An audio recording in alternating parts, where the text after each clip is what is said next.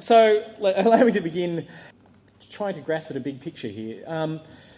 The interesting thing that I think doesn't come up enough is the idea that the whole arts and cultural system is an ecosystem. It's a whole bunch of interrelated factors, policy settings, rules, regulations, funding programs, agencies, and other factors. And I think too easily we have spent too long thinking about the idea of how we fund the top of it or how we fund it from the top down, and not enough of thinking about how that whole ecosystem fits together.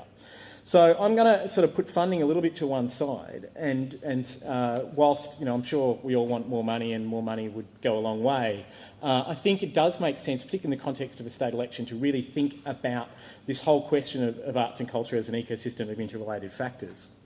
I'm hoping not to talk too much because I was hoping to participate in the discussion more than talk at everyone today, but what I think is missing is a coherent and cohesive approach to arts and cultural policy that recognises that the arts are influenced by and in turn influence a whole range of other things that are going on around us. One of the things I think is really interesting to note, just in the pure political context of this state election, we find ourselves in an interesting position because for a first time, as I wrote about during the federal election, the fact that the seat of Melbourne, for example, was in play as a marginal seat swinging between the Greens and the Labor Party suddenly meant that a whole bunch of voters in the seat of Melbourne were actually a target constituency in a marginal seat for a change.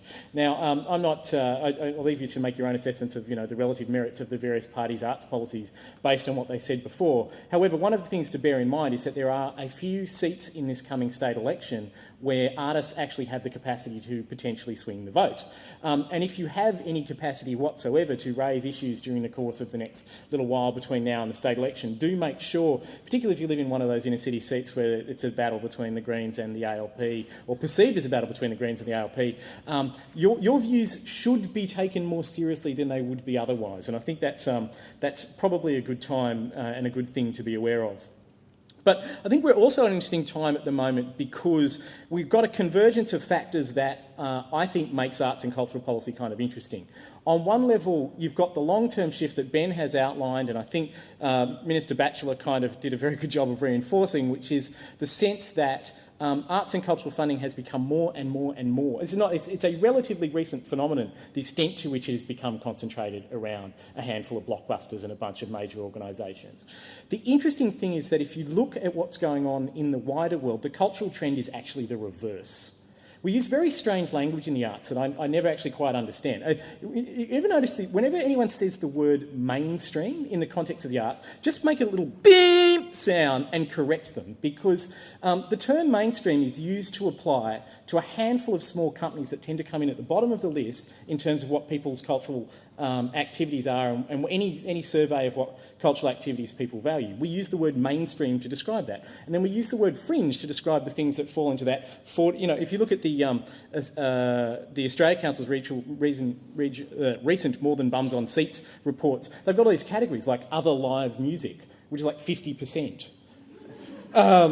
There's a strange definitional problem at work here. The idea that the culture that people participate in and value and that is at the centre is the one that takes place within 500 metres of South Bank is not borne out by the numbers. And I think Ben did a good job of showing that. But I think that's something to reiterate over and over again in the context of this debate.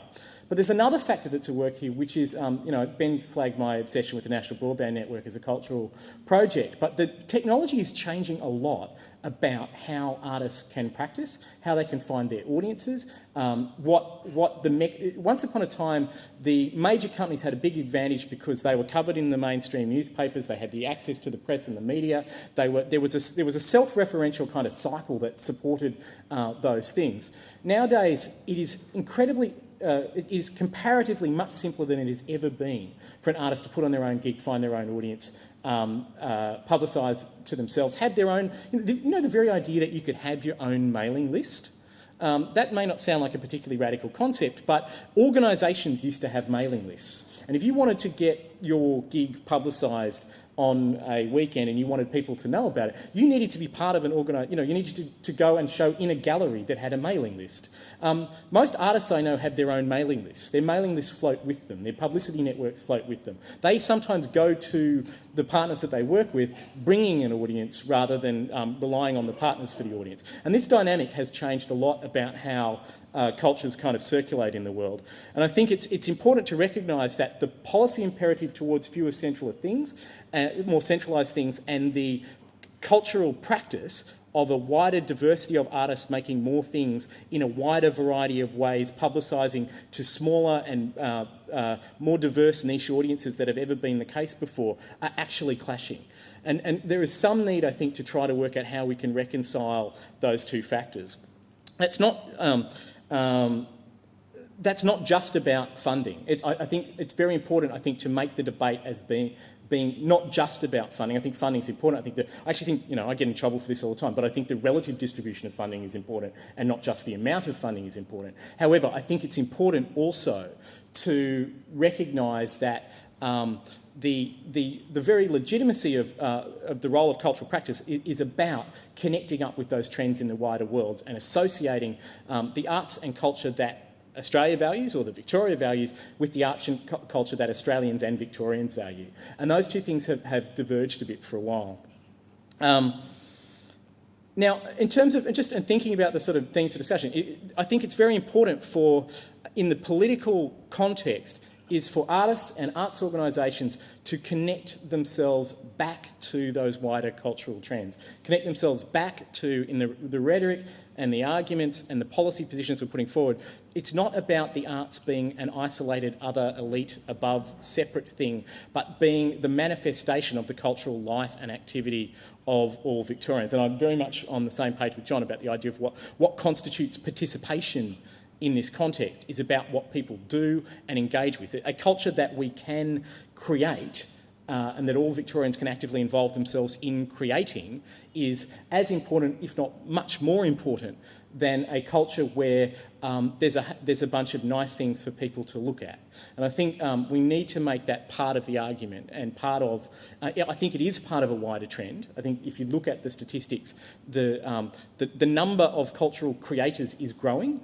It is more than it has ever been, and I think the arts community, and particularly the smaller end of the arts community, needs to own a connection to that, not just be about the arts as this isolated other thing going on there.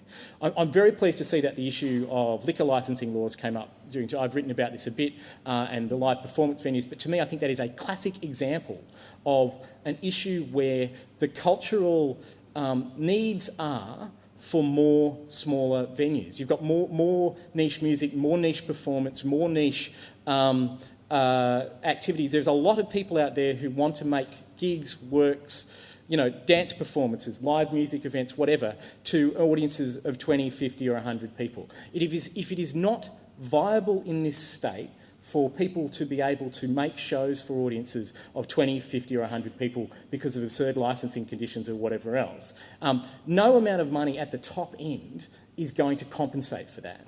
No grant funding program, if you cannot put on a show, no grant funding program where you have to apply 8 months in advance to get an amount of money to go and pay your way through that problem is going to solve that problem.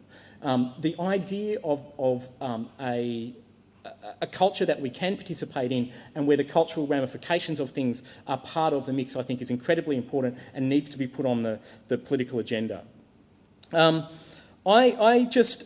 Look, I'm not sure how you resolve all these things, but I think one idea that I think is very simple and very much worth looking at is for whoever wins this election or future elections, the idea of a cultural test, not just about cultural funding, but a cultural test on other legislation that passes through the government is a really strong and sensible idea. So if someone says we're going to rewrite the liquor licensing laws, we're going to rewrite the building codes, we're going to rewrite the rules about whether you can use a park or have a gig on a street or whatever, someone, whether it's Arts Victoria or another agency or another policy maker, someone in that process needs to say, what will be the impact on the cultural life of Victoria if we do that. And that's my token policy suggestion if anyone's still here. There is one politician still here, so that's good.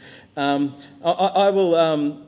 leave it at that because I'm quite keen to, hopefully we've still got some time for discussion, but yes, that will do.